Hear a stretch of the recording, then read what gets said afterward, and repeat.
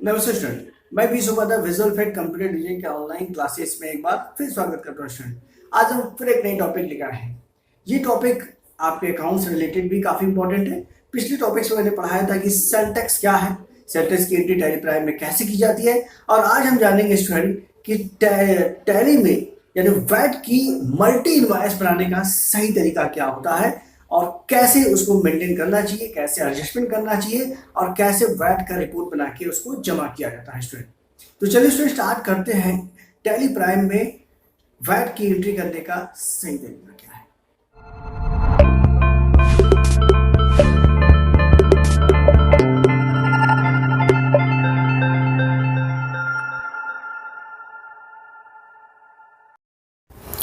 तो चलिए student start करते हैं। टैली प्राइम में वैट की एंट्री करने का सही तरीका क्या होता है। तो सबसे पहले स्टूडेंट आपके सामने एक वैट नाम से कंपनी बनाते हैं। वैट के नाम से ही कंपनी बना दिया एंड एंटर स्टेट। किसी भी कंट्री को आप इस्तेमाल करना है तो वहाँ पे आपको ध्यान देना होगा किस स्टेट का आप काम कर रहे हैं, क्योंकि कंट्री का नाम रहेगा तब हिसाब से स्टेट काउंट करता है, यानी वैट को सही जगह से एडजस्टमेंट करेगा वो। एंड फाइनेंशियल ईयर मान लीजिए मैंने जो क्वेश्चंस बनाया हुआ है स्टूडेंट, ये 1/4/2005 में, यानी 1/4/2005 तक वैट को इस्तेमाल किया गया था लास्ट स्टेप, तो हम लोग 1/2005 का इस्तेमाल करते हैं। डेट 1/4/2005 ये स्टूडेंट डाल दिया फाइनेंशियल डेट एंड सेव करा देते हैं। सेव कराने के बाद स्टूडेंट आप इन बिल वाइज का इस्तेमाल नहीं करना चाहते वो डिपेंड आप पे करता है।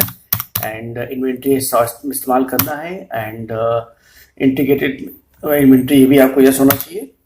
और सेकेंड ऑप्शन एंड जीएसटी का अलाउ हमारे पास अभी नहीं करना है, हमें वैट का इस्तेमाल करना है तो जीएसटी नो कर देंगे। और इसके नीचे आपको वैट का ऑप्शन मिलेगा स्टूडेंट एंड वैट आप अलाउ कर देंगे एंड ये वैट आपने यस किया। तो वैट को यस करने पे आपको सबसे पहले ये स्टेट डालना है कि स्टेट का आप अकाउंट्स मेंटेन कर रहे हैं। उत्तर प्रदेश का मैं मेंटेन कर रहा हूँ एंड एंटर कर दिया स्टूडेंट। यहाँ पे आपके पास 3 यानी जो आपके लेफ्ट साइड दिख रहा है यहाँ पे 3, इसको बोल रहे टैक्स एंड आइडेंटिफिकेशन नंबर मिलता था, यानी जो वैट का रजिस्ट्रेशन कराएंगे तो वो जो पहले प्राप्त करते थे वो रजिस्ट्रेशन नंबर यहाँ पे डालते थे, इसको 3 नंबर कहा जाता है, जिसको आज जीएसटी ग्रुप में जीएस3 कहा जाता है स्टूडेंट। तो हमारे पास तो अभी किसी प्रकार का रजिस्ट्रेशन नंबर नहीं, तो इसको हम छोड़ देते हैं आगे। And inter state sale tax number, अगर आप स्टेट के बाहर माल बेच रहे हैं तो हम इस नंबर का भी अलाउड करेंगे। नहीं, फिलहाल अभी हम लोग लोकल ही ट्रांजेक्शन कर रहे हैं क्योंकि वैट केवल राज्य के अंदर ही लगता था, राज्य के बाहर नहीं लगता था। तो फिलहाल हम इसको भी कुछ नहीं करते हैं और इन सभी ऑप्शन को हम सेव करा देते हैं। नीचे सब ऑप्शंस को बंद कर दीजिएगा, इनका कोई भी मतलब नहीं है। एंड वापस हम लोग स्टूडेंट चलते हैं। अगर आपको अननेसेसरी कंपनी आपको बंद करना है तो बंद कर दीजिएगा, जिससे कंफ्यूजन आपको नहीं होगा किस कंपनी में आप काम कर रहे हैं। ये ध्यान रखिएगा, हमेशा आप उसी कंपनी को एक्टिवेट रखिए जिस पे आप काम कर रहे हैं, जिससे आप कंफ्यूजन नहीं रहेगा कि किस कंपनी में आप काम कर रहे हैं। तो वापस हम लोग क्वेश्चन पे चलते हैं। कंपनी हम लोग बन चुका है एंड सन 1/4/2005 में goods purchase from Khanna electronic for following item intra state, यानी खन्ना इलेक्ट्रॉनिक से हम माल खरीदेंगे इंट्रा स्टेट यानी लोकल राज्य से। और क्या खरीदना है, सैमसंग मोबाइल 50 पीस लेना है, जिसका दाम है एक पीस का 3400 और वैट है 4% इस पे लगा हुआ है। सैमसंग एसी है आपका 40 पीस लेना है, जिसकी एक पीस की वैल्यू है 24,000 रुपये और इस पे 12.5% वैट लगा हुआ है। और 20/4/2005 को सारे माल को आपको बेचा गया है, इंट्रा स्टेट बेचा गया और किसको बेचा है, अमित इलेक्ट्रॉनिक को बेचा गया है। बेचने पर 20% प्रॉफिट रख के आपने बेच दिया हुआ है। 30,000 को यानी 30,000 को आप मेंटेन एडजस्टमेंट करना है और टैक्स को जमा करना है वैट का। तो चलिए स्टूडेंट सबसे पहले हम लोग लेजर बनाते हैं। लेजर बनाने के लिए तरीका वही आपका है, क्रिएट आप चाहते हैं और लेजर क्रिएट कर लेते हैं हम लोग। तो हम लोग माल किससे खरीदते हैं, खन्ना इलेक्ट्रॉनिक से। खन्ना इलेक्ट्रॉनिक का लेजर बना लेते हैं, Khanna electronic and Sunny creators डाल देते हैं। माल खरीदा जा रहा है, बिल नंबर इनके हमें इनके खाते में डाला है, जो इनके खाते से रिलेटेड है यानी इनसे रिलेटेड खन्ना इलेक्ट्रॉनिक से रिलेटेड है।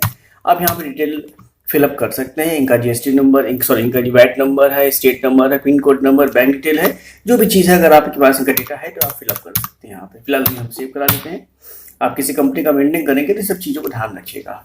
दूसरा हम लोग परचेज का लीजिए बनाएंगे sir, purchase eight the rate 4%, यानी 4% टैक्स से हम माल खरीदेंगे तो टैक्स क्राइटेरिया हमारा परचेज में जाएगा। और यहाँ पे टाइप्स ऑफ लेजर जो दिखाई देगा, तो अभी हमको किसी भी राउंडेड ऑफ डिस्काउंट का इस्तेमाल नहीं करना है मुझे। आगे बढ़िएगा, नीचे आपको जो ऑप्शन आ रहा है स्ट्रक्चर एंड डिटेल्स, ये आपको ध्यान देना होगा। एप्लीकेबल अलाउ करिएगा, इंटर करिएगा। इसके नीचे सेट अल्टर वैट डिटेल, हाँ यहाँ यस करना होगा आपको।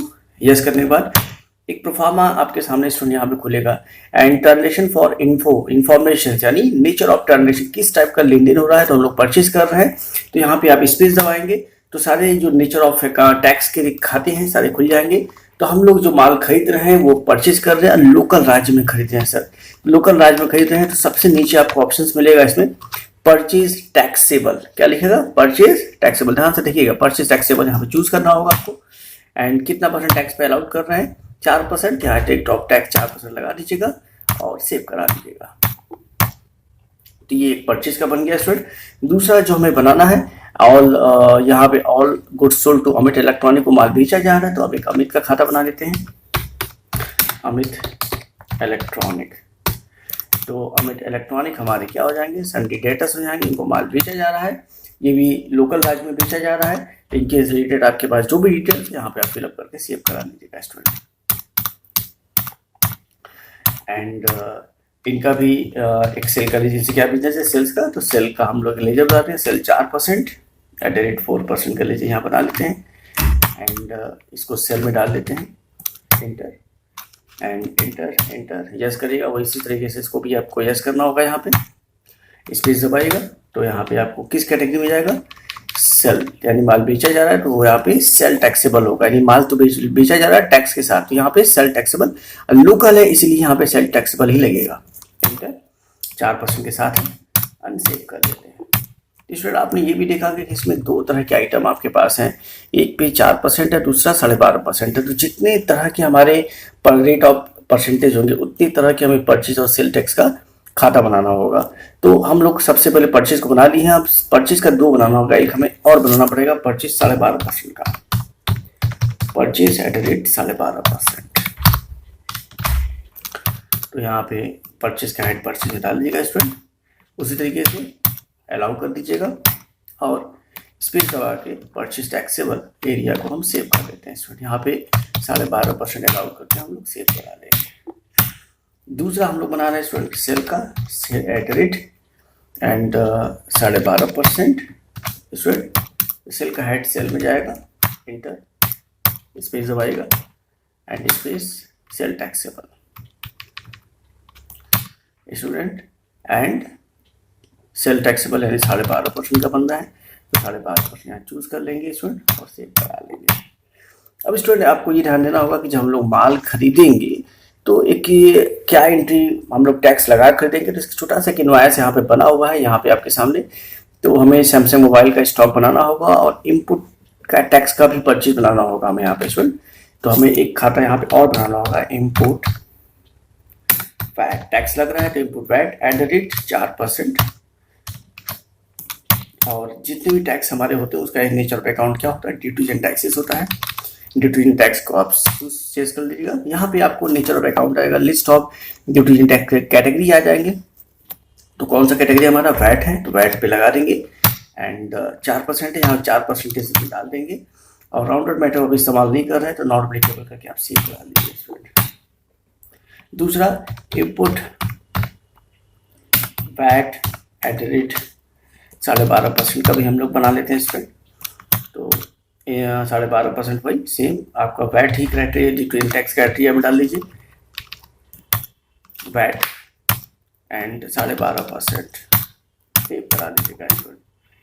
अब आउटपुट का भी बनाना होगा आपको, जो माल आप बेचेंगे तो टैक्स लगा लेना होगा आपको। तो आउटपुट वैट भी बना लीजिए आप, आउटपुट वैट 4%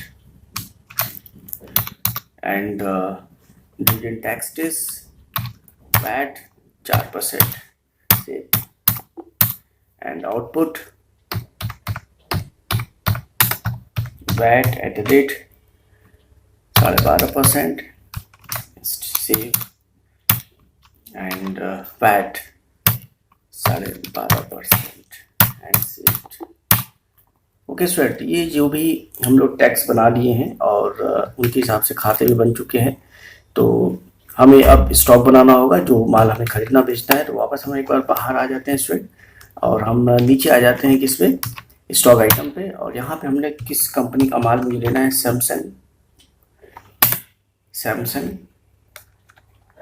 एंड क्या है, हमें सैमसंग मोबाइल लिया जा रहा है, सैमसंग मोबाइल यहाँ ले लीजिए एंड एंटर। अब यहाँ पे देखिए एक चीज़ आपको ध्यान देना होगा स्टूडेंट, जब आप मोबाइल का खाता बना रहे हैं, जैसे मान लीजिए मैंने सैमसंग मोबाइल मैंने बनाया, पूरा डिटेल अगर वहाँ पे केवल मोबाइल लिखा है तो मोबाइल ही लिख लेते हैं हम लोग। चलिए ठीक है, एंटर। वापस आते हैं, अंडर में आपको पता ही है क्या डालना है, सैमसंग कंपनी का नाम डालना है, जो पहले से मैं बताया हूँ। इसके पहले का वीडियो देखिएगा तो उसमें समझ में आ जाएगा कि अंडर में क्या डालेगा, सैमसंग कंपनी का नाम मैं डाल देता हूँ शॉर्ट में, एंड स्टॉक वैल्यू उसको यस कर लीजिएगा, एंड अर्टसी से आप कैटेगरी बना लीजिएगा पीसेस को, एंड पीसेस में 2 यहाँ पे डाल दीजिएगा, जिससे राउंडेड नहीं काउंट करेगा।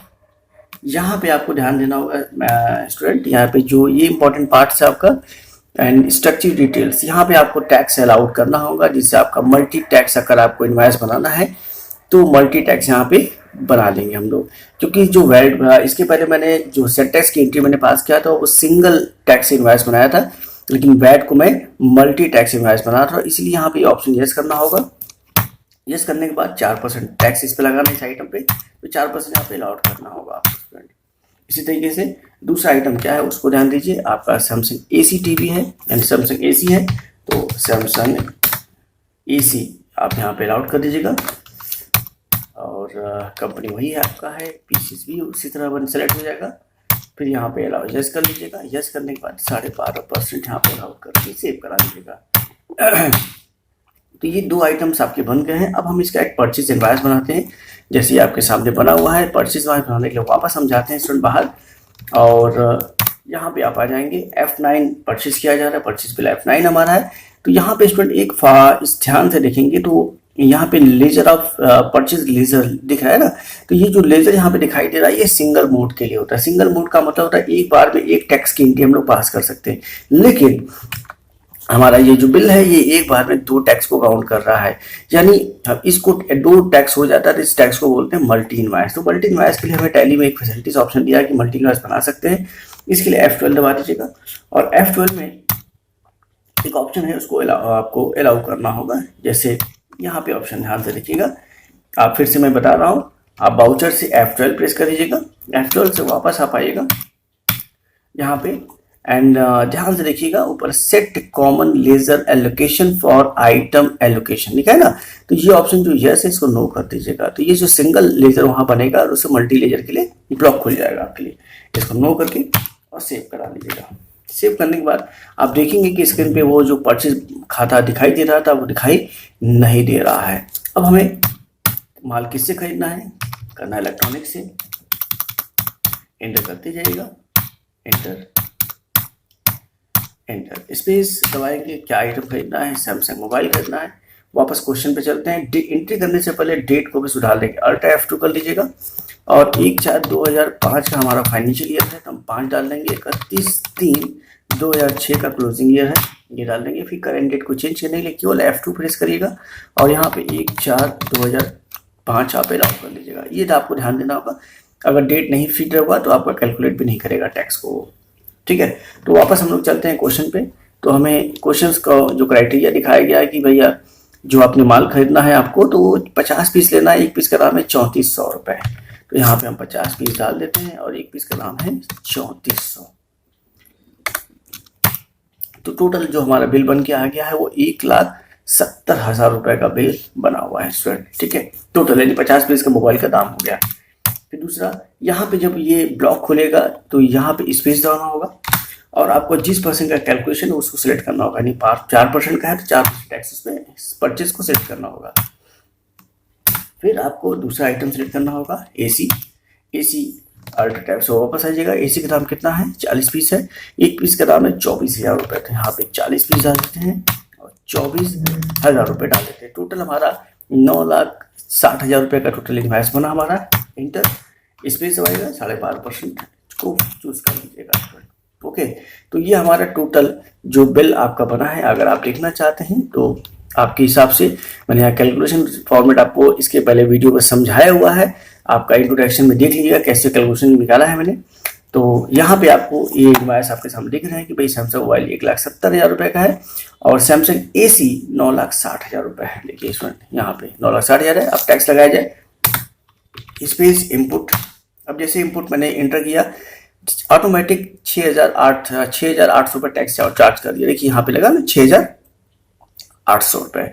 इसी तरीके से हम दूसरा आइटम लेते हैं, स्पेस दबाते हैं एंड 12.5%। देखिए यहाँ पे 12.5% की वैल्यू आ गई 1,20,000 रुपये स्टूडेंट। यहाँ पे देखिए 1,20,000 रुपये।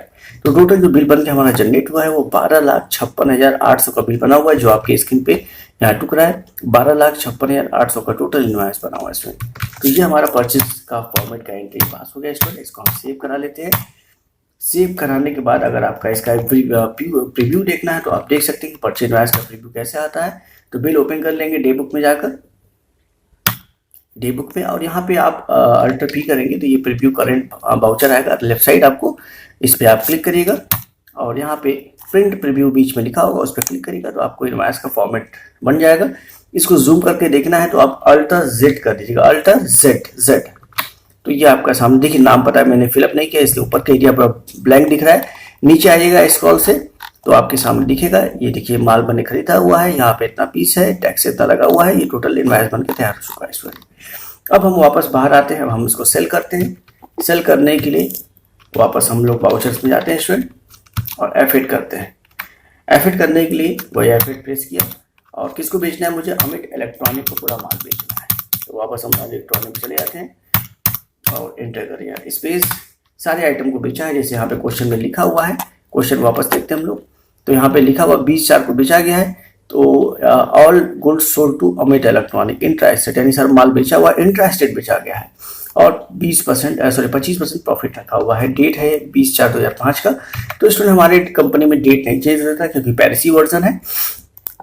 तो हम लोग डायरेक्टली पहले विदाउट डेट, अगर आपको चेंज करना है, आप ओरिजिनल पे काम कर रहे हैं तो F2 करके डेट आप चेंज कर लीजिएगा। जैसे यहाँ पे F2 करने पर जो डेट आएगा तो आपको यहाँ पे 20/4 का इंटर मार्क देने से हमारे में चेंज नहीं होगा, लेकिन आप में अगर ओरिजिनल पे आप काम कर रहे हैं तो वहाँ पे चेंज कर सकते हैं। हम फिलहाल हम करेंट डेट पे ही काम करते हैं और मोबाइल AC मोबाइल ले लेते हैं 50 पीस का इंटर। अब यहाँ पे रेट ऑफ वैल्यू काउंट करना है कि हमें कितना पड़ेगा। यहाँ पे स्टूडेंट दिख रहा है कि हमें 20% यानी 25% प्रॉफिट रखना है पर आइटम पे, और पर आइटम का जो वैल्यू हमारा है, एक आइटम का जो वैल्यू आपको दिख रहा था वो 3400 रुपये दिख रहा है ना स्टूडेंट। तो 3400 पे आपको 25% प्रॉफिट रखना है। तो यहाँ पे अल्टर सी कर लीजिएगा डायरेक्ट। तो नीचे अल्टर सी करते ही आपके सामने अगर इस रेट पे अल्टर सी करेंगे तो डायरेक्ट कैलकुलेटर ब्लॉक खुल जाता है। तो यहाँ पे 3400 इंटू 25% निकालते हैं स्टूडेंट, तो आपका 850 रुपये आपका वैल्यू आ जा रहा है। तो हम यहाँ पे 3400 पे 850 डाल देते हैं। तो 3400 प्लस 850, तो टोटल हमारा जो बिल हो गया वो 4250 का आ गया है। एंड एक्चुअल जो काउंटिंग हमारा बिल है वो जो आप यहाँ पे इनवॉइस पे देख सकते हैं। एंड इनवॉइस जो मैंने बनाया हुआ है यहाँ पे 2,12,500 का मोबाइल यहाँ पे पड़ रहा है। अब यहाँ पे स्टूडेंट देखिए एक ऑप्शन यहाँ पे इंक्लूडेड ऑप्शन टैक्स खुला हुआ है। तो इंक्लूडेड ऑप्शन की वजह से एक्चुअल रेट ये नहीं काउंट कर रहा है। तो इसके लिए अगर आपके इंक्लूडेड टैक्स का ऑप्शन बंद कर देंगे तब ये ऑफ हो जाएगा। आप F12 दबाइएगा, F12 से आपको इंक्लूडेड ऑप्शंस दिखाई देंगे और इस ऑप्शन को लेफ्ट साइड आप जाइएगा।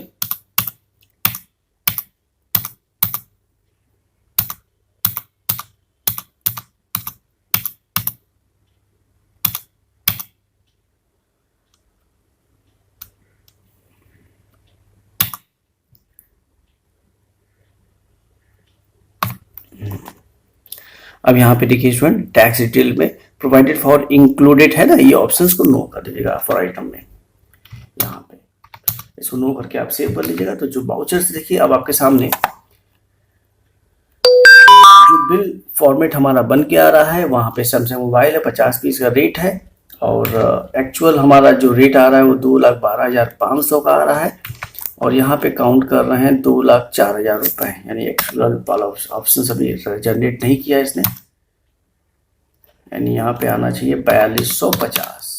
ठीक है स्टूडेंट, तो आप यहाँ पे राइट कर लेंगे 4250 रुपये, क्योंकि टैक्स इंक्लूड की वजह से वो वैल्यू नहीं उठा रहा था। तो हमारा आप देख सकते हैं कि 800 नीचे बॉटम में जो मैंने जहाँ कैलकुलेट किया था वहाँ पे आप 3400 में 20% निकाल देंगे तो आपका 850 रुपये प्रॉफिट आ जाएगा, उसको प्लस कर दीजिएगा तो 2,12,000 का सेल हुआ आपका। अब स्पेस दबाएगा स्टूडेंट, तो यहाँ पे 4% आपको सेट करना होगा। फ्री स्पेस दबाएगा, दूसरा आइटम सेलेक्ट कर लिए AC। अब AC का दाम भी आपको ध्यान देना होगा कितने का है। वापस आप आइएगा क्वेश्चंस पे, तो AC का दाम हमारा स्टूडेंट कितने का है, एंड AC है हमारा 24,000 का है। 40 पीस हमें बेचना है, पूरा बेचना है, तो 24,000 में आपको 25% प्रॉफिट रखना है स्टूडेंट। तो चलते हैं क्वेश्चंस में। तो ये क्वेश्चन आपके सामने है एंड हम लोग यहाँ पे अल्टर C कर लेते हैं और यहाँ पे स्टूडेंट डायरेक्ट हम लोग लिखते हैं 24,000। नीचे कैलकुलेटर खुल गया है, कैलकुलेटर पे ध्यान रखिएगा। 24,000 इंटू 25% मैंने टाइप किया और इंटर कर दिया, तो आपका टोटल 6,000 रुपये आपका आ रहा है स्टूडेंट, आपकी प्रॉफिट है। सॉरी देखिए रेट गलत हो गया है, हम लोग कहाँ पे टाइप कर रहे हैं, हम लोग 40 पीस की जगह आप लोग ये टाइप कर दिया, तो इसीलिए माइनस आ गया। इस पर ध्यान देना होगा आपको, तो हम लोग गलत एरिया नहीं करेंगे। आप यहाँ पे अल्टर C करिएगा, तो 24,000 आप टाइप करिएगा, 24,000 इंटू मान लीजिए आपका 25% प्रॉफिट है आपका, तो टोटल 6,000 रुपये प्रॉफिट आ गया स्टूडेंट। हम यहाँ पे 24,000 पे 6,000 रुपये प्लस कर देंगे। तो स्टूडेंट तो आपका टोटल बिल 24,000 पे 6,000 प्लस करें 30,000 रुपये का आ जाए, तो टोटल ये 12, ये देख रहे हैं ना, ये 12 लाख का AC आपका सेल हुआ है। कैलकुलेशन रिपोर्ट में लिखेंगे तो यहाँ पे भी 12 लाख रुपये आपका इन्वेस्टमेंट ने दिखाया हुआ है। कैलकुलेशन प्रॉब्लम कैसे निकालना है, तो आपको इसके पहले इंट्रो वाला वीडियो देखिएगा, वहाँ पे समझ में आ जाएगा। इंटर एंड स्पेस दबाइएगा, वैट इंटर कर लीजिएगा, स्पेस, फिर आपको जितना टैक्स लगाना है, आउटपुट 4% पहले सेट कर लीजिएगा। अब आउटपुट 4% कितना हो गया, 8,500 रुपये। यहाँ देखिएगा आपका आउटपुट टैक्स कितना है, 8,500 रुपये है। ठीक है स्टूडेंट, फिर आपका आउटपुट 12.5% लगा लीजिएगा। अब आउटपुट 12.5% 1,50,000 रुपये है, तो 1,50,000 देखिए यहाँ पे लिख रहा है स्टूडेंट, आउटपुट 12.5% 1,50,000। टोटल जोड़ने पर जो डेबिट अमाउंट हमारा अमित कुमार के आ रहा है वो 15,71,000 रुपये का बिल बन रहा है। तो यहाँ पे आप क्रेडिट अमाउंट में देख सकते हैं, नीचे बॉटम साइड में 15,71,000 का टोटल बिल बना है स्टूडेंट। यहाँ पे सेव करा लेते हैं। ओके, अब सेव कराने के बाद हमें ये देखना है कि मेरा टैक्स क्राइटेरिया कितना बन रहा है। तो हम वापस आ जाते हैं, टैक्स चेक करने के लिए कहाँ जाते हैं स्टूडेंट, बैलेंस शीट में। बैलेंस शीट में एंटर करिएगा और यहाँ पे अल्टर F1 करिएगा डिटेल देखने के लिए। तो यहाँ पे स्टूडेंट आपको जो टैक्स बन रहा है आप देखेंगे लेफ्ट साइड, वो लायबिलिटी साइड में करेंट लायबिलिटीज के नीचे आपको ड्यूटी इन टैक्स हेड दिखाई दे रहा है स्टूडेंट। उसी के नीचे राइट आगे बढ़ेंगे तो वहाँ पे 37,700 रुपये आपका टैक्स की लायबिलिटी जनरेट हो रहा है। कैसे आया है स्टूडेंट, चलिए इसका एडजस्टमेंट करके देखा जाए। तो हम लोग वापस चलते हैं, ये आपका एडजस्टमेंट फॉर्मेट है, वैट एडजस्टमेंट। तो यहाँ पे हम लोग चलिए क्वेश्चन अपने एडजस्टमेंट करते हैं। तो एडजस्टमेंट करने के लिए वापस हम लोग बाउचर में जाते हैं, F7 प्रेस करेंगे बाउचर एडजस्टमेंट करने के लिए। F7 यानी जनरल बाउचर का नाम होता है। इंटर, आउटपुट को डेबिट करते हैं। आउटपुट पहले 4% की अमाउंट यहाँ दिखाई देगा स्टूडेंट, देखिए कितना है 8,500। तो यहाँ पे 8,500 लिख देते हैं। जैसे 8,500 करेंगे यहाँ पे, तो यहाँ पे जो करंट बैलेंस हो नील हो जाएगा, इसको भी ध्यान रखेंगे आप कि नील हो जाना चाहिए वहाँ पे। फिर आउटपुट 12.5% की वैल्यू उठा लीजिए। 12.5% की वैल्यू 1,50,000 रुपये है, तो यहाँ पे 1,50,000 रुपये टाइप कर लीजिएगा। देखिए ये भी बैलेंस नील हो जाएगा। फिर इंटर स्टूडेंट, इनपुट की वैल्यू यहाँ पे दिखाई नहीं देगा आपको, तो इनपुट वैल्यू आपको बिल से देख लीजिए या आप अपने इन्वाइस से। तो हम लोग इनपुट वैल्यू देख लेते हैं एंड क्वेश्चंस में यहाँ पे इनपुट वैल्यू मैंने बनाया हुआ है। इनपुट 4% का है, 6,800 का है यहाँ पे। तो यहाँ पे 6,800 जैसे टाइप करेंगे, अगर सही है तो ऑटोमेटिक यहाँ जो करंट बैलेंस है वो नील हो जाएगा। देखिए एकदम सही है, 6,800 ही आपका है, तो यहाँ पे करंट बैलेंस स्टूडेंट नील हो गया है। फिर आप यहाँ पे इनपुट 12.5% की टैक्स वैल्यू उठा लीजिए और वहाँ पे वैल्यू कितना था, 1,20,000 रुपये टैक्स आपका इनपुट था। 1,20,000 रुपये यहाँ पे टाइप करेंगे आप, तो देखिए ये भी आपका बैलेंस नील हो गया है स्टूडेंट। ठीक है, फिर हमें एक एडिशनल लेजर बनाना होगा जो टैक्स जमा करने के लिए बनता है, इसका नाम है वैट पेबल। अब देखिए स्टूडेंट, वैट पेबल का जो खाता है वहाँ पर हम चलते हैं, वैट पेबल। तो यहाँ पे वैट का लेजर बना लेते हैं, अल्टर C कर लीजिएगा, वैट पेबल। और ड्यूटी टैक्स में डायरेक्ट इसको सेव करा लीजिएगा। इसमें किसी प्रकार का वैट आपको चूज करने की आवश्यकता नहीं है और आप बस इंटर करके परसेंटेज भी नहीं लगाना, सेव करा लीजिएगा। तो यहाँ पे 37,700 रुपये यहाँ पे आ रहा है। अब यहाँ पे जो बिल है, देखिए यहाँ पे जो मिस्टेक थोड़ा सा हो गया हमसे, तो यहाँ पे जो फॉर्मेट बना हुआ 37,700 आना चाहिए। तो उसको अभी हम क्रॉस चेक कर देते हैं, सही कर देते हैं। इसमें 37,700 होना चाहिए, 37, ओके।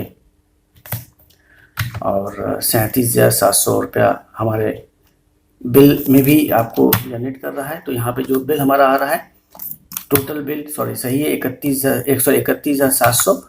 तो 31,700 सही था, वो गलत नहीं student, oh sorry. And save कर लेते हैं। वापस हम लोग बिल आते हैं, बिल पे जाते हैं। तो यहाँ पे 31,700 हमारा एडजस्टमेंट आ रहा है, सेव करा लीजिएगा स्टूडेंट। सेव कराने के बाद वापस हम लोग चलते हैं अपने बिल बुक पे, बिल बुक खोलते हैं, अल्ट्रा F1 करते हैं। तो यहाँ पे देख रहे हैं 31,700 रुपये की एक करंट लाइबिलिटीज आपको सामने बैलेंस शीट में दिख रहा है आपको, ठीक है स्टूडेंट।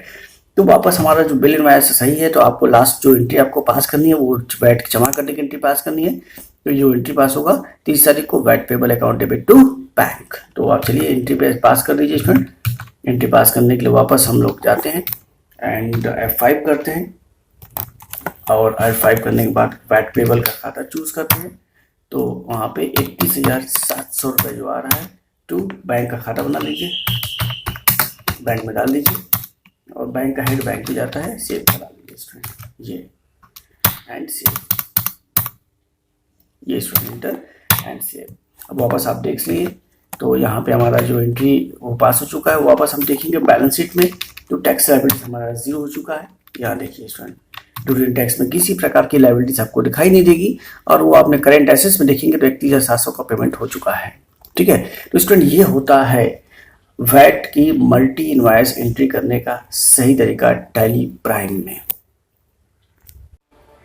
आशा स्टूडेंट आपको समझ में आएगा कि वैट का मल्टी इनवॉइस टैली प्राइम में बनाने का सही तरीका क्या है, उसको कैसे मेंटेन करना चाहिए।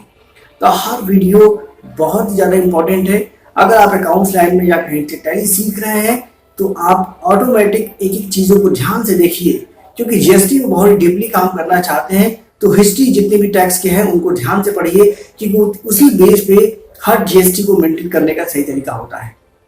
तो आज जो वीडियो बनाया गया है वैट का मल्टी इनवॉइस, ये वीडियो अगर आपको अच्छा लग रहा है तो अपने दोस्तों मित्रों को जरूर से शेयर कीजिए। किसी भी प्रकार का कोई भी डाउट है, कोई भी कंफ्यूजन है, कमेंट्स कीजिए और वीडियो अच्छा लगे तो लाइक भी क्या कीजिए। अगला वीडियो मैं स्टार्ट करने जा रहा हूं वो है सीएसटी के बारे में, यानी केंद्रीय राज कर क्या होता है, उसको कैसे मेंटेन करना चाहिए।